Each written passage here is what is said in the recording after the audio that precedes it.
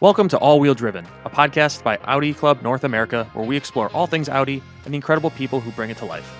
All Wheel Driven is presented by XPEL, the official paint protection film of Audi Club North America. Today, we're joined by Rachel Beamer and William Hoey, members of Audi Club's North Atlantic chapter. We'll dive into how they fell in love with the brand, how their shared passion for Audi brought them together, and the vibrant community they found through Audi Club. We'll also talk about their approaches to modifying and tracking their cars, and Rachel's passion for encouraging more women to get involved in motorsports. Thanks for tuning in. Let's get started. I'd love to just kick things off with a little bit of a background on you guys and your stories about how you first got into cars. I always like talking with community members and seeing like where the spark was first ignited and, how it led you to where you are today with your Audis and Audi Club and other, social events you've been engaged with, and in addition to now your involvement in Audi Club itself in the North Atlantic chapter. So, Rachel, do you want to kind of kick us off? Absolutely. Well, first of all, I wanted to thank you for having both of us here today. I'm excited to be here and kind of dabble into my own stories about how I've gotten into the car community. But my first car, of course, as people have read, if they've looked through Quattro magazine, my first car was a Honda Accord. But that's not what my first love was. I fell in love with the Mark I TT, and lo and behold, my parents let me have the keys to the car. I drove over, knew they had one on the lot. I sat in it. The salesperson was like, "Where are your parents?" And so I'm sitting there looking at the car, and I go home and tell my parents about this car, and they're like, "Yeah, okay, we'll think about it." But I would say really my passion for cars, I would say my brother and I are about 4 years apart, and we always played like Need for Speed, Hot Pursuit. We always picked all the fun cars. And so playing video games probably was a little bit of the segue into having some fun with racing. And I really actually learned how to drive a manual when I was probably in elementary school. My mom broke her dominant wrist and couldn't shift the gears. So I was like 7, 8 years old shifting gears for my mom because all we had was a manual. From the passenger seat? From the passenger seat. Okay, so a lot of coordination there. A lot of trust from my mom too. Yeah. So, the German cars have really been strong throughout my childhood. We never really had Audis though. Not really sure why, but my dad really liked the performance of BMW and my mom really liked kind of the luxury and the aesthetics of Mercedes. Both of them are very reliable cars. Just never really got into Audis. And I think I'm the first one in the family that's had the Audi. I had that first passion. That Mark I TT stole my heart. Tried to get my parents to dabble into that. And they're like, cars too small, cars too expensive. I mean, back then, I think the TTs were like $15,000, $16,000. And now you can't find one for that price.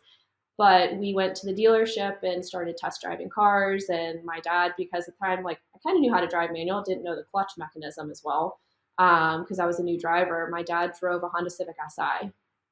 And he was like, "No, this car's way too fast. Too small, too fast." So that's how I landed in my Honda Accord. My very first Audi was right after I had a Jetta TDI. I was having some issues with it. The dealership, lo and behold, was right across the street. And I was like, well, why don't we just go look at Audi? And they had an A3 CPO'd 4,500 miles. It was a dealer loaner car, but it was a TDI. And I absolutely adored the TDIs. So I made the jump from my Jetta TDI to my A3 TDI. And within 2 weeks of buying that A3 TDI, Dieselgate dropped. And they had no idea what they were going to do with those cars. So it was definitely a very interesting time. So I was in this conundrum of do I get rid of this car that I literally just got? And it was in scuba blue, had the tan interior, loved the car. I was wondering why I was getting 55 miles to the gallon when it was rated for 45 or less. But when it was hot out, I was getting 55 to 60 miles to the gallon because it was just running so efficiently. So I ended up ultimately selling it back. Finishing up dental school, same dealership I got the Q7 from, had a CPO TTS, a nano gray, black interior. And I'm like, oh boy, here we go. Here's my TT that I've always wanted. Great car. And then, of course, everybody knows about Azul, my RS3. Traded my TTS in for Azul, and I know we'll kind of get into that a little bit more. Yeah, wait, so I want to keep track of the years here. So how old were you when you first fell in love with the TT in the showroom? Was that a Mark I or a Mark II? That was a Mark I. Mark I. Okay. That was when I was just gotten my first driver's license. I was. So you were driving the Accord at that time. You were driving the Accord. No, I just got my driver's license, kind of just Oh, sharing okay. cars with my parents, and they were looking for my first car. Yeah, the Mark 1 TTs were so cool when that car came out when I was like barely, gosh, when did it? 99 was the first model year, right? I I think so. believe I mean, so. I was 98, 7 years 99. old, and like I remember like that design was the first Audi design that really captivated me when it came out. Yes. It was a pretty like groundbreaking car for that segment at the time, and I remember it came out. I was like, whoa, like what is this? And then snowballed myself into learning about all the other Audis because it was just so unlike anything else they had built ever to that period. And then it ushered in a lot of the new design for that, B5 and onward generation. So now you have a 2017 TTS, right? Yep. And then the RS3 is a 23 model, correct? 22. 22. I snuck into the RS3, kind of landed in an allocation that wasn't actually an allocation. So the same dealership that I'd bought my Q7 and my TTS from, um, just browsing casually on their website and see this turbo blue RS322 in transit, and no one had claimed it. They just built one from the dealership standpoint. No one had claimed it. I called my contact there and said, hey, is this really available or does somebody have a deposit on it? And he was like, wait, let me check into that. I'll get back to you. He called me back and said, no one has claimed this car. If you want it, I would highly, highly recommend you put that deposit down like immediately. And lo and behold, I traded my TTS in for the RS3. It was July 26th of 22. And I found out that I was one of the earlier owners of the new RS3 in the US, because they had dropped, I think, a couple up through like April, May timeframe of 22. But getting into them in July was pretty early. Yeah, were they 22 or 23 was the first model year here? 22. 22. Okay, yeah. So it had just been coming to shores. Yeah. Yeah, I think there's only, if I'm not mistaken, my numbers might be off a little bit, but just from what I've read, there's about 333 of the 22s. Okay, yeah, it makes sense because they had such a long tailwind or a long delay after the Euro models debuted. So Right. yeah, very cool. Hmm. Um, yeah, I love those RS3s. I just drove the refreshed S3 a few weeks ago. That's going to be Oh, yeah. dropping on ACNA's blog and mag soon for Q2. Obviously, different experience without the 5-cylinder engine that the RS3 is famous for and continuing to hold the torch of. But I just love that segment of vehicle. Like from the spiritual lineage of B5 S4 and B6 and B7 RS4, of course, into the new models. It does feel like it's the spiritual successor, right? And now you can get like equal or better performance, of course, from those Quattro five-cylinder cars. So Yeah, the 5 cylinder is definitely a very unique engine, and you just don't really see them that much. yeah, And they have a very unique sound, a very unique feel. And quite honestly, I knew about them, but I didn't really know what I had until I got behind the wheel of it. cool. And then, if I'm remembering correctly from the article that William wrote about your whole story, you found and bought back the 2017 TT, right? Yes, quite the story. So I have a habit of naming my cars. So everybody knows my RS3 as Azul. I got her in July. I went to a local Cars and Coffee when I was in North Carolina, probably one of the biggest turnouts. It's in Morrisville, North Carolina. And heard about, I'd kind of known about Morrisville. And I was like, well, you know what? Why not kind of dabble into Cars and Coffee? I'm done with school and now I have some more free time. And Will and I kind of joke about how I always try to find that spot where you have like you're by the curb. So you have one side protected. We call it the Rachel Beamer spot. So I'm always on the hunt for those spots, even if I have to park out a little bit further. So I found my Rachel Beamer spot and start walking around, looking at all the cars, look back, and like everyone swarmed around my car looking at it. And they're like, oh, that's the new RS3. That's the new RS3. And, that makes me feel kind of excited because I'm like, I have this really cool car, Mhm. great coming around, start to walk back to the car. And somebody goes, hey, is that your RS3? And lo and behold, this guy's running up to me, and his name's Rob Wilmoth. He does SCCA time trials and works with Racing for ALS. And he's always looking for people to come out to the track. And he was like, listen, I have an RS3. You have the 8Y. This is what I do. I would love for you to come have a track day, like really learn how to drive your car. And I'm like, yeah, okay. And he's like, I'm serious. Here's my information. Like, we have a track day coming up. It's a great, it's all about safety, instruction, learning your car, learning how to drive your car well. There's no like fender rubbing. It's all point by driving, and it's you against your own time. So even if you're dead last and you've learned, it's about having fun, safety, and really getting to know your car. And I was like, okay, I hear you. So I really started looking into it a bit more. We chatted a bit more about that, and he got me out on the track in October. And going onto the track, you had to pick a number.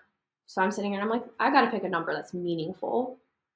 Car's blue, so I picked 42. So blue 42, I'm a big football fan. The reference of the cadence of the fake out from a quarterback, blue 42, blue 42. And then lo and behold, there comes the name. That's why my license plate is Azul 42. So start tracking this car, and I think to myself, I have this brand new car. There's no parts to be found for this car. Just came to the US, and I'm tracking a brand new car with like, at this point I had like 2,000 miles on the car. I'm like, if I wreck this car, I'm toast. I don't have another car. That's it. But that didn't stop me. I went to another race down in South Carolina, and the more I got to know Rob and his team, they were kind of interested in the TT. And I'm like, man, I wish I had my TTS. I could use Azul as sort of my show car.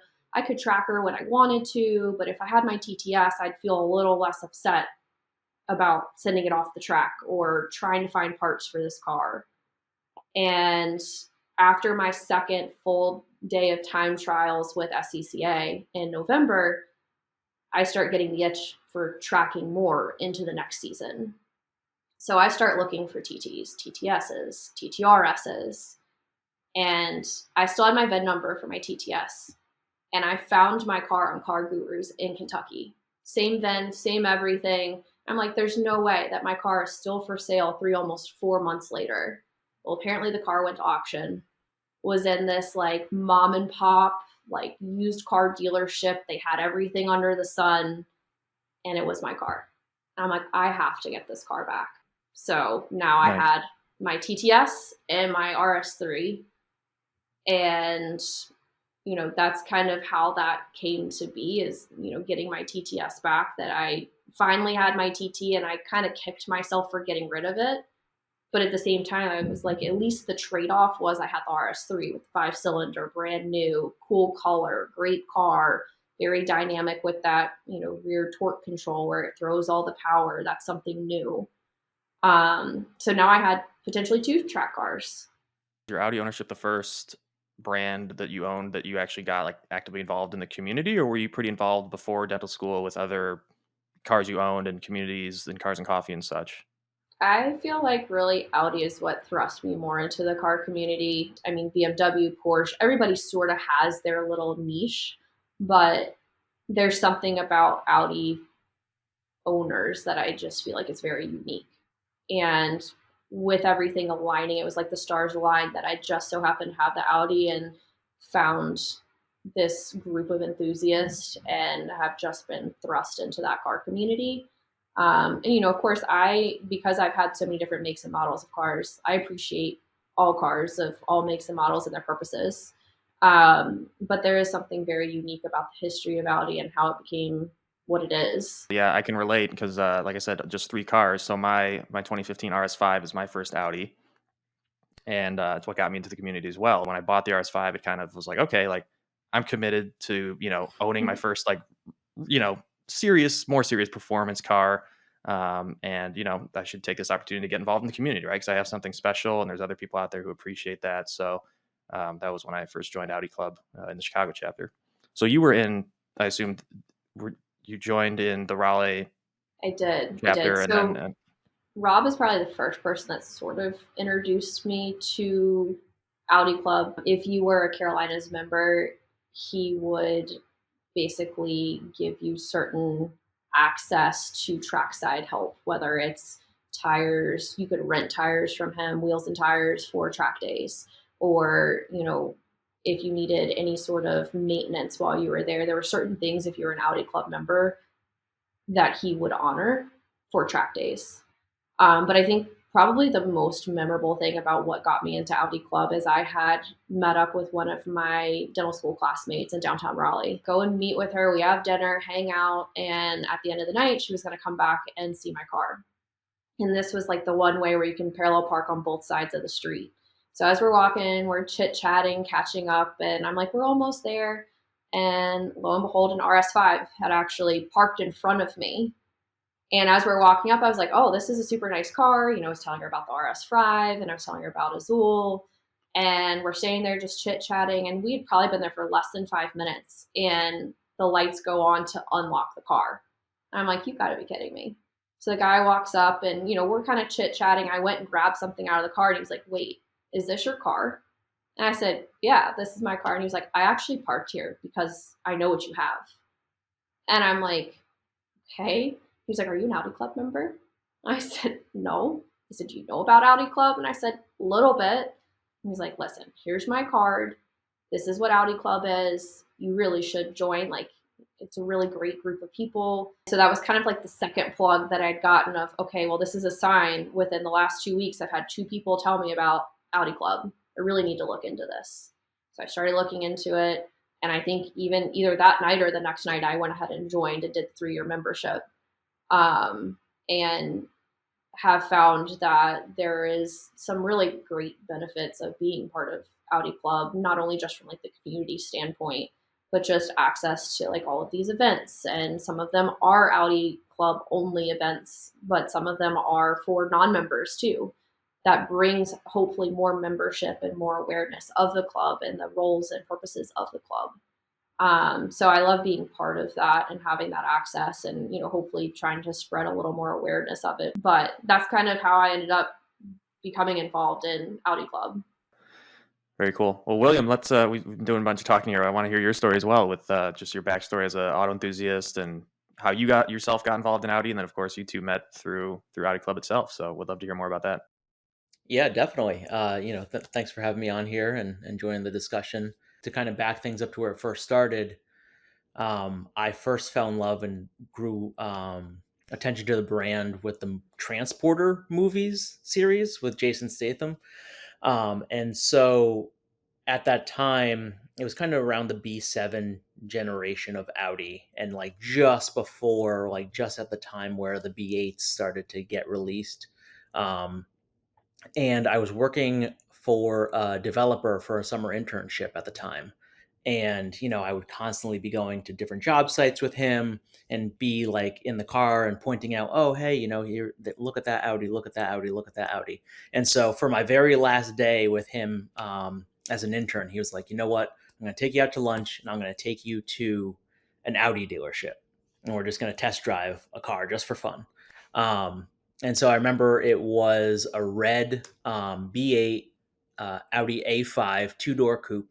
Of course, it has all the bells and whistles, the MMI system, automatic rain sensing wipers, and I'm just behind this car, just like loving, ear to ear grin the whole entire time. And I kind of made it my goal from that point on that like my first car that I wanted to own myself was going to be an Audi.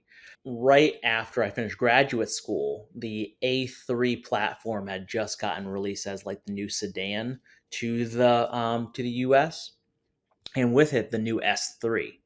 And so that actually began my relationship with a local dealership here in Massachusetts, Audi Natick. And I became good friends with one of the salespeople there, and he said, "Hey, like we can spec out this S3." I ended up taking delivery in the fall of 2014 for a brilliant black Audi S3. At the time, Audi hadn't even really released any like black optics packages or anything by that point. So it was just, silver trim, 18-inch wheels. And I loved the car. It was a great car for me, as you mentioned, kind of that sweet spot platform, compact size sedan. And that lasted me for a bunch of years and actually just lived my daily life really not being part of the Audi community, not really attending any cars and coffees, just kind of just a regular Joe Schmo, just enjoying, whipping it around Storrow Drive here in Boston. And then, of course, get news that the RS3 is coming to the US. And I'm like, oh man, I got to have one of those. So of course, and Rachel can probably vouch for this as well, but like when I get fixated on something, I like do like head first into like research about it, nonstop watching YouTube videos, forums, doing everything I can to like research all of these things. So trade in the S3, I get the RS3, and of course, similar to kind of Rachel's experience, the 8V platform was new to the US in general. It was a Catalunya red, so it had this kind of very like orangey under certain lights, but very red in comparison to some other cars. The 2018 generally had like a louder exhaust than some of the later iterations of the 8V, just based on emissions and everything like that. It was a fantastic car, and not only did the color attract a lot of other people, but just in general, because it was just so new, it was the unicorn on the road. I had a lot of people, passing me by, taking pictures of the car, whatever the case might be.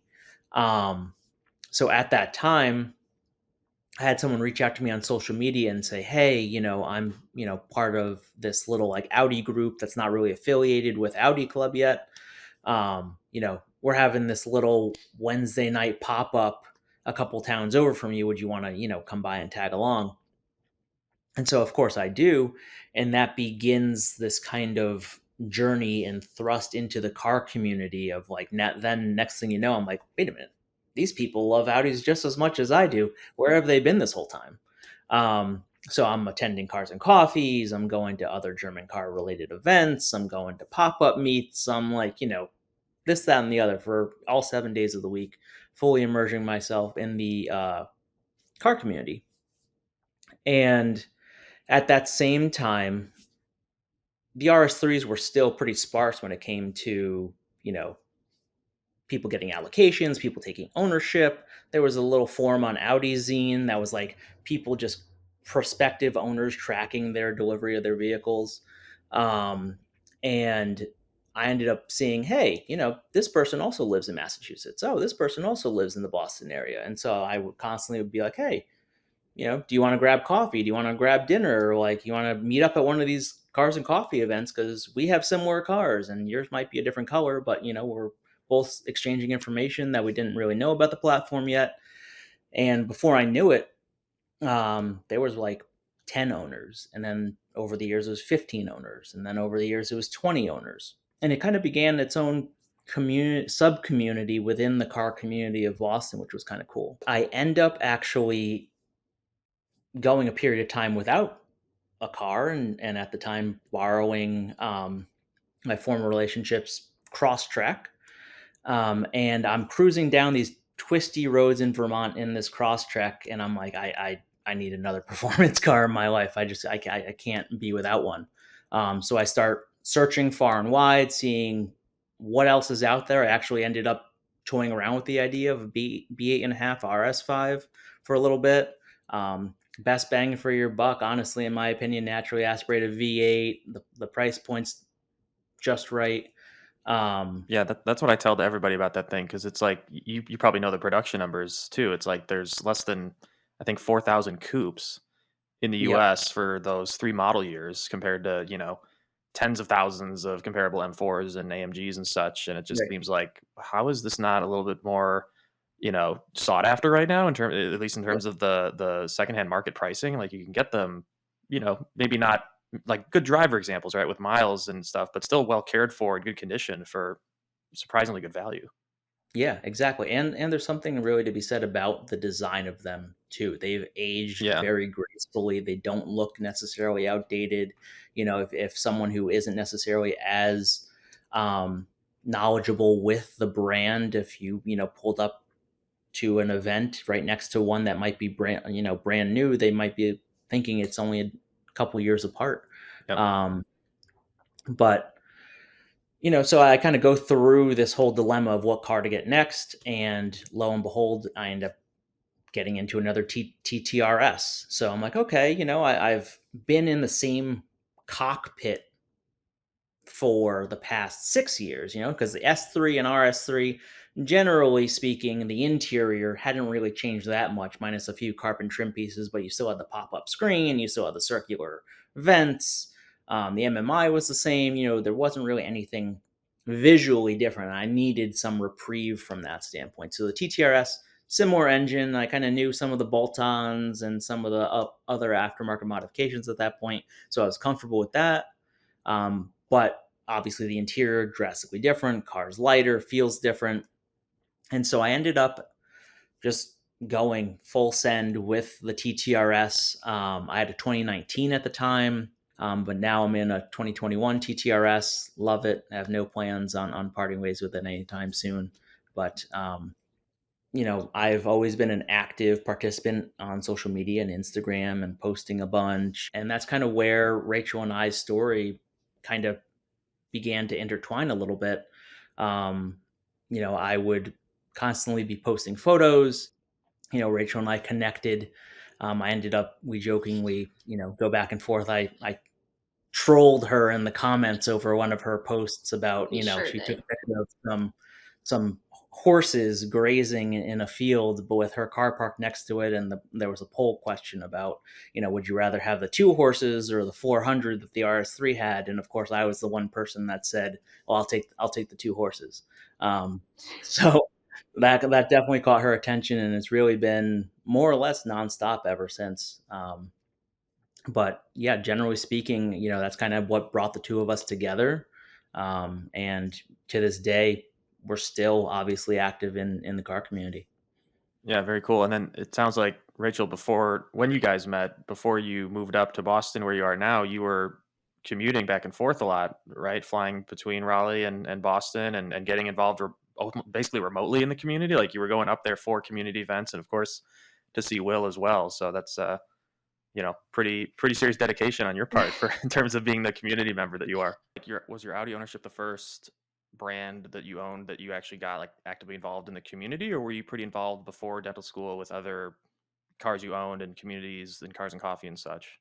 I think with Will's involvement earlier in the car community and all of his connections between social media and the 5 Sil group that he had and all of that his outreach was so much broader that it kind of naturally made sense to come up here. So we started kind of dabbling into, okay, well, now I have this RS3.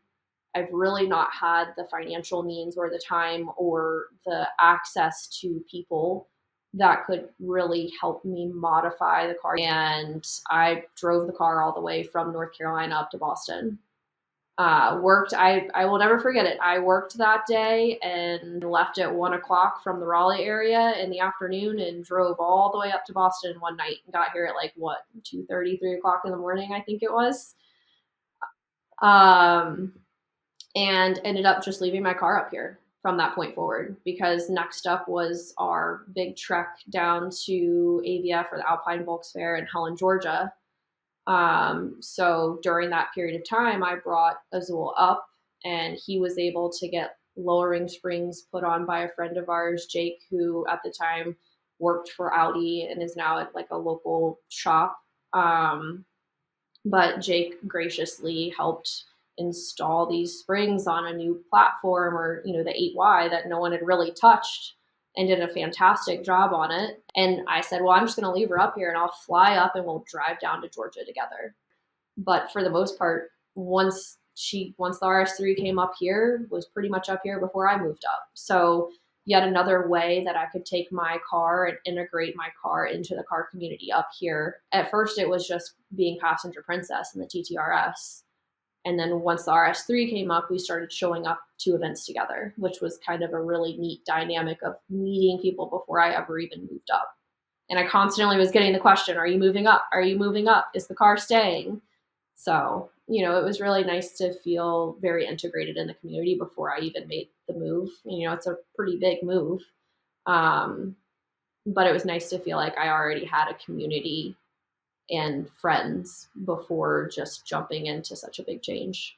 Yeah, I think that's like the coolest, most intriguing part about the car community stuff to me too. Is like, I have no plans to move from Chicago, or no life requirements that would really bring that up in the coming years, but I do think it's cool that, as you mentioned, like you can get yourself ingrained so much to the point where it's like you're moving and you might be moving to somewhere where it's like, okay, on the baseline, it's like your friends and family aren't there, but at least you can kind of plant a seed for the car community and feel like, okay, you're welcomed with open arms because they know Azul, they know you, they know your Instagram, whatever. And it's like, hey, now I'm here and you want to get involved in the events, you want to get involved in the local chapter or like figure out where you're going to track the car and stuff like that. And it kind of gives you a nice little, social pillar to put down when you get somewhere new. So I think that's like the most important part about it because a lot of people do, move frequently, maybe for work or whatever it may be. So if they're into it, that can be a nice avenue to take advantage of with the community.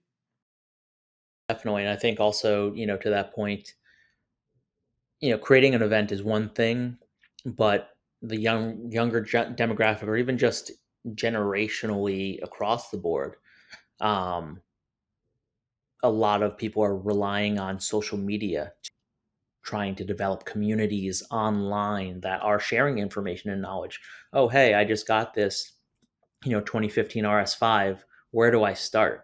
Right. And some of those conversations aren't necessarily had face to face. They all start organically online with, oh, here's where you should go. These are the mods you should do. And from there, connections are built. And before you know it, oh, hey, well, by the way, do you want to come and, attend this Cars and Coffee after you put on that intercooler, for example? There's certain things that I think go a long way. And Q1 Quattro magazine, was the women's issue. And so there's a whole other kind of untapped realm of, women in the automotive space, and something that Rachel has tried to really immerse herself in. And, there's a great organization called Women of Wolfsburg that Rachel probably can weigh in a little bit more on than I can. But that in itself, having been exposed to it a little bit over the past couple of years, has its own micro community of, really dedicated women in the automotive space that people just aren't necessarily aware about. And the more that they are brought into the spotlight, I think would probably even drive greater numbers into the Audi Club community in general as well. The two are kind of almost have this symbiotic relationship. Yeah, for sure. And I would love to hear more about that too, Rachel, with the Women of Wolfsburg. Like, how did your involvement with all that come to be? And like, what are some of the initiatives there that you're excited to put in place? So, ironically enough, the first time that we went down, we keep referencing AVF, Alpine Volksfair. It's a large VAG oriented Audi, Volkswagen, Porsche event that's down in Helen, Georgia. And it's a pretty unique setup where it's multiple days. They have all these little micro mini meets throughout the week, and they have this whole schedule that gets put out. And on that schedule, we saw that there was a ladies' meet. And I'm like, oh, this is awesome. Like, when you look at the car community, it is still a very male dominated hobby. Now, there are more and more women that are involved, and I think that that's a great platform because everybody loves cars. And going down to AVF, Will was very supportive of, let's get you into that ladies' meet. So we show up, we're going to all these little mini meets. We had no idea about, they do a big best in show day at the very, very end. And throughout all these little micro mini meets, people get stickers put on their car called Mutt's Nuts. And we're like, well, what's Mutt's Nuts? He went to the TT meet, and we're in this parking lot with a bunch of TTs, and someone walks up and was like, can I put a sticker on your car? And he was like, yeah, sure, I guess. And they're like, well, it's Mutt's Nuts. And so we're like, well, what is that? And we found out that the Mutt's Nuts sticker had you, or allowed you, entrance into Best in Show on the very last day. So I go to the ladies' meet later that same day, and I get asked about putting a sticker on my car. And, we're learning more and more about this Mutt's Nuts. And at the time, I met Shay Cooper, who is one of the founders of Women of Wolfsburg. Just like, when you're talking about turning wrenches and knowing the ins and outs of their cars, these women are impressive. And their Women of Wolfsburg has a nonprofit that they're affiliated with called the Blue Foundation. And so they raise money for Blue Foundation, which helps give money towards women who are interested in becoming mechanics and helps fund their education. And I am all in support of that because I think that from the standpoint of being a woman in the car community, the more support you can have, the more confident you're going to feel. Now, personally, I haven't come across too many kind of dynamics where I felt like I haven't been supported. But there are times where like Will and I would show up in the RS3 and he might be driving or even I might be driving and people will look at him and be like, "Oh, cool car." And he's like, "Oh, well, it's hers actually." And then they kind of look surprised and they're like, "Oh, I didn't realize it was yours." It's just like this automatic like assumption that occurs. And if you talk to any woman in the car community, I think that that's probably at least happened to them once or twice. But I love that Women of Wolfsburg is so supportive of women and like saying that you can and not creating barriers. They want to break down those barriers for women. They have a wide variety. Like I mentioned, the big plug for them was for Volkswagen, but now they're kind of dabbling even into Audis. And they had a really great meet at the end of September this year that they hosted, and it was just all women of Wolfsburg. It was solely just a women-driven event, multiple days. And my goal was, because they've been so supportive of me over the last 2 years, was to try to bring more women to this event. And Shay said that this was the largest Audi showing that they've had at any of their events.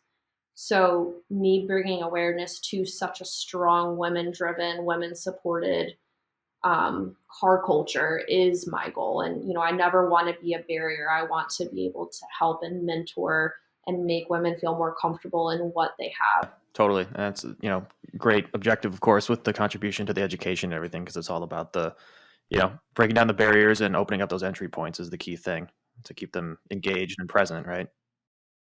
Absolutely. It's women supporting women. And like, I'm 100% here for that at all times. Thanks for tuning in to this episode of All Wheel Driven. If you're not yet a member of Audi Club North America, we invite you to join the largest community of Audi owners and enthusiasts in the world.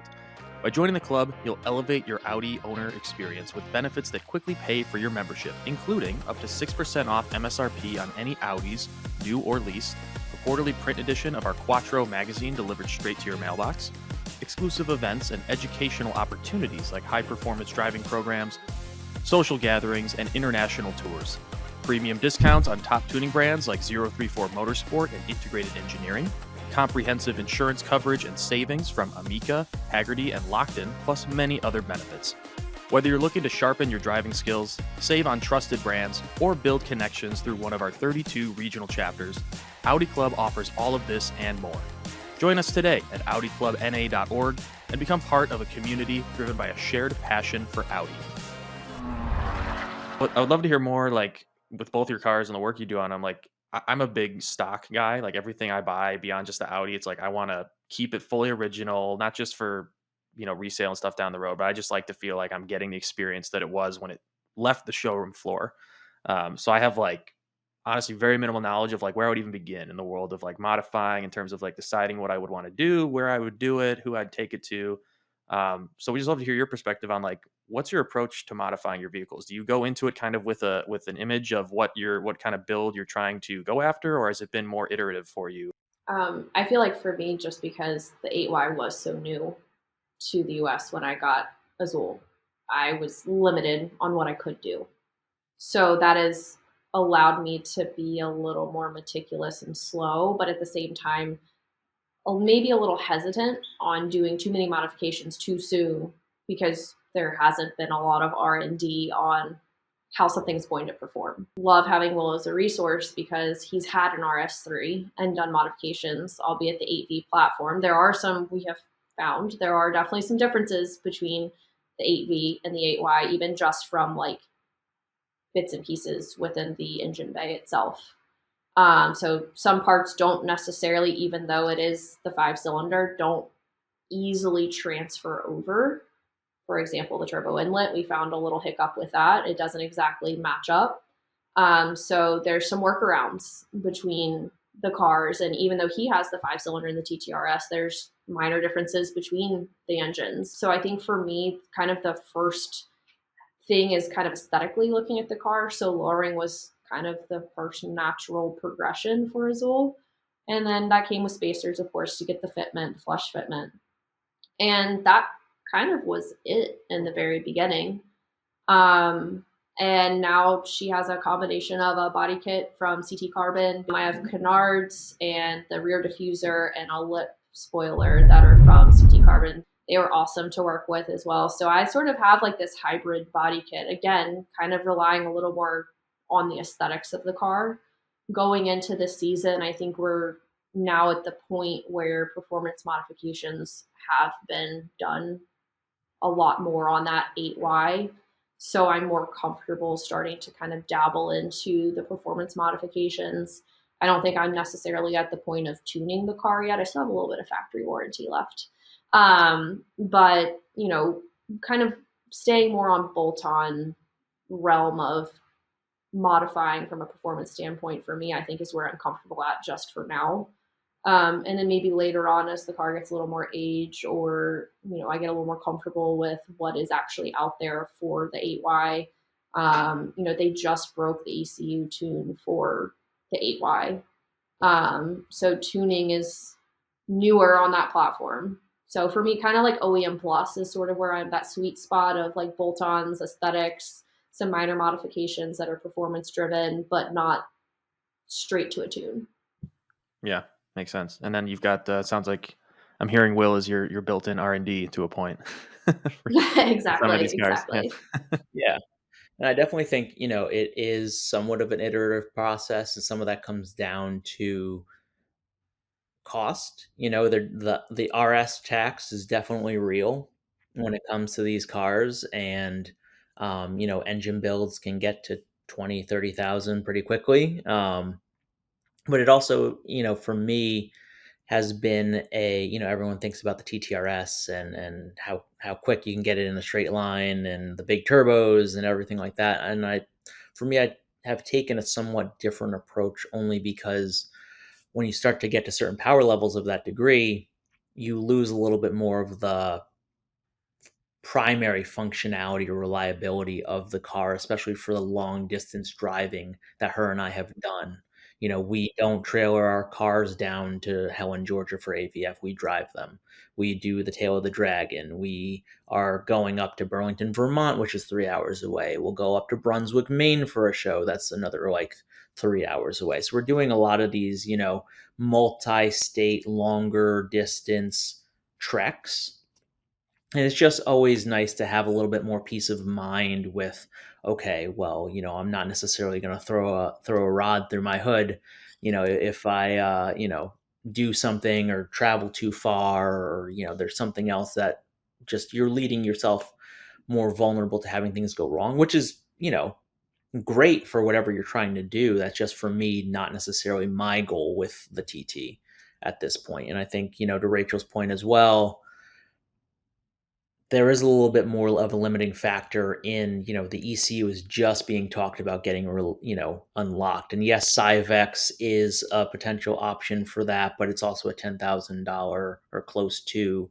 type of option to unlock that ECU. So again, you got to definitely pay to play when it comes to some of these things. And so if you can kind of get away with, whether you're swapping out your wheels or lowering your car or doing a couple other, body or aesthetic modifications, or maybe an intake here or there, you can definitely still get some return on investment from that, especially in the car community. And I also encourage, anybody who is kind of like, where do I go, or what should I do first, what makes the most sense, definitely utilize social media, or any of the Facebook groups. The Audi Club community in general is very forthcoming for where to go locally or what to do. Obviously everyone's going to have some sort of opinion at the end of the day, but everyone's also willing to help each other out too. Yeah, totally. Yeah, I've seen that. I've already been, even just without asking, thrown into some RS5 groups throughout different social media platforms, because as soon as someone knows you have it, they're like, well, you gotta see or hear this or have a place to send that Q&A, right, beyond Reddit, because that'll just be a difficult rabbit hole sometimes. Cool. Well, I would love a kind of a different topic of a question here, but would love to hear more about how your personal lives and professions interconnect at all, if at all, with the car community and your passion for cars. I think, Will, you're a architect, right? So, my mind immediately thinks like, okay, when you're, looking at cars or going through suspension geometry and stuff, like does your architectural mind kind of come into play and have an interesting intersection with like mechanical engineering in that aspect?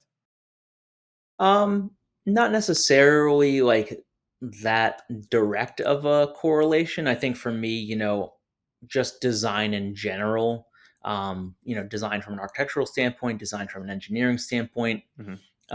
Audi is a brand that I've always come to appreciate from a design standpoint. And we talked a little bit earlier on this podcast about how the Mark One TT was a generational car, and that's kind of one of the designs that I even gravitated towards, just because it was so different to anything really that was around.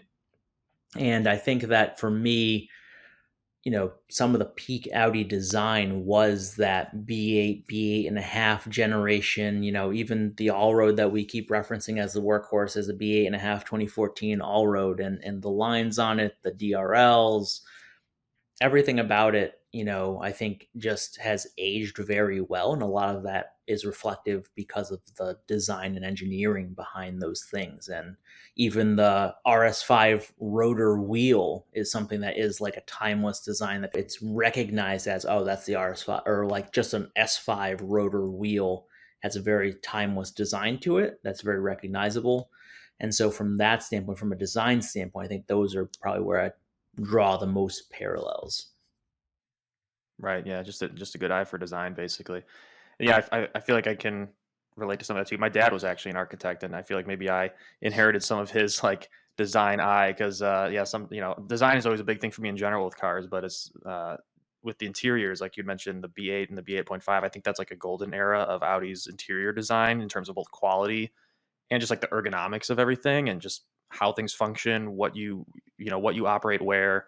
And I feel like that's like, I don't know, it seems like part of that where you can like get in and interact with it and you feel like, okay, there's good bones behind like what this car was constructed through, right? Like it has a good, not just a good chassis, but like whoever put the design into the interior effectively had like a really good attention to detail in that aspect. What about you, Rachel? Anything that translates from the dentistry world, if anything? So it's sort of that like instant gratification. You look at something and you either find it aesthetically pleasing or maybe not as much. So from like a design standpoint, sure, but I think there are more parallelisms when it comes to like relating to people. In my profession, I'm dealing with a lot of fears and anxieties, so I have to learn how to talk to people and kind of calm those fears. Now, those fears and anxieties don't necessarily translate over to the car community, but being able to relate to people, to build relationships, to build that trust, to give feedback, to give guidance. I mean, I've even had overlap. My bio for my professional website says outside of the dental office, I am fully into the car community. I've tracked my car. I go to car shows. I go to all these events. And I cannot tell you the number of patients that have legitimately read my bio and asked me about the car community. And so I'm able to tell them about Audi Club, being a board member for Audi Club. It doesn't matter who I talk to, there's always the story that comes with dentistry, whether it's something that was fearful or something that was very memorable. I think everybody kind of has that, oh, this one time I went to the dentist, blah, blah, blah. I feel like I always get those stories, which then gives me a segue to relate to people. And so it's a really neat, I think, unique opportunity for my personal and professional lives to almost intersect. All right. Well, I think we're getting towards the end. We can wrap up here, but I do want to ask you one question. What is your ideal three-car Audi garage? And it could be like ultimate dream. It doesn't have to be practical or realistic in terms of cost or anything. You obviously both own multiple Audis, have owned others, so feel free to pick your own cars if need be. But just wanted to kind of see what the ultimate selections would be from each of you. Okay, all right. So I would probably say an RS2 Avant, um, probably R8. I'm tempted on the GT, but it is only rear-wheel drive, so I think I'd probably prefer traditional R8. Um, and honestly, probably a TTRS. Just having that 5-cylinder in there, I think for me is just, it's signature heritage Audi, right? So I think that would be probably my three. Yeah, very cool. 2 5 cylinders in the V10. That's the sweet spot. Yeah, I would say mine are somewhat similar to that. I love the V10 gated R8. Um, that would probably be up there on my list. I love my RS3. Anything with the 5 cylinder, whether it's an RS3 or a TTRS, but I have a special place in my heart for the RS3. Um, the RS6 is always, you see them, they just have this presence. They're very unique and they sound amazing. I would say right now we kind of almost sort of have a similar lineup. We have the baby R8 with the TTRS, we have the RS3, and I mean we have the all road, which isn't quite the RS6, but we have a wagon. So probably some iteration of that, of having like somewhat of a practical car, having sort of the daily car, and then having the fun car. Yeah, right, for sure. Good choices there. Mine is highly specific in similar ways. So Avant box gets checked for me with the C5 RS6 Avant Plus that Mm. they had over in Europe with a little bit more power. In Sprint Blue was one of the flashy Oh press yeah. colors they had for that car. So would love to import one of those one day. Those are super cool. Um, and then R8, I think I would go with actually the second gen GT. Um, just at the very final end of the send off for the V10 models. Of course, you forego the gated manual you mentioned, but so it's a tough choice. But I think I would go with that R8 specifically. And then my car also kind of in the same way, not my exact car, but the RS5 Sport Edition. Purely a cosmetic thing they did at the end of the line with like 75 units for the US, but it's got like the Audi exclusive red interior, and I just think it looks so cool. Yeah. And it's got the black optic package and all that. So it's like the fully loaded ultimate RS5. All right, guys. Well, thank you so much for your time. I think that's our show. But if there's anything else you want to plug before we break, feel free to drop that in. Yeah, my last closing remark would just be, it doesn't even have to be a woman, but if there are any women out there that have questions, I am an open book and always happy. If I don't know it, I will get you to someone that will know it. I want to be a mentor just as I am from a professional standpoint. I try to mentor people in dentistry that are just coming out of school. So I want to also have that mentorship capability when it comes to making women feel comfortable in the car community, or even men in the car community that are interested in trying to figure out how to tap into Audi Club, car shows, whatever it may be. Social media is Azul42_RS3. Feel free to message me any point in time with any questions, concerns. I'm always happy to chat. Yeah, my door is open as well. Currently at Boston TTRS on Instagram, but I also am part of the editorial staff for Quattro, and so we have a really great issue coming up for Q2. And definitely keep an eye out for there's a Rubino Red RS3 Audi exclusive. That's going to be a really great story. I was really excited to interview that owner. And locally, there's a great shop here called Ray Team Automotive, who has a S1 E2 that they do hill climbing with all throughout New England, but also at Pikes Peak over in Colorado. So following their journey as well are two great articles amongst a whole plethora of other great writing in there. So definitely keep your eye out for the next upcoming issue of Quattro magazine as well. And yeah, we're both open doors on social media, so don't hesitate to reach out. All right, guys. Well, thanks again for your time, and that's our show. So we'll see you all next time.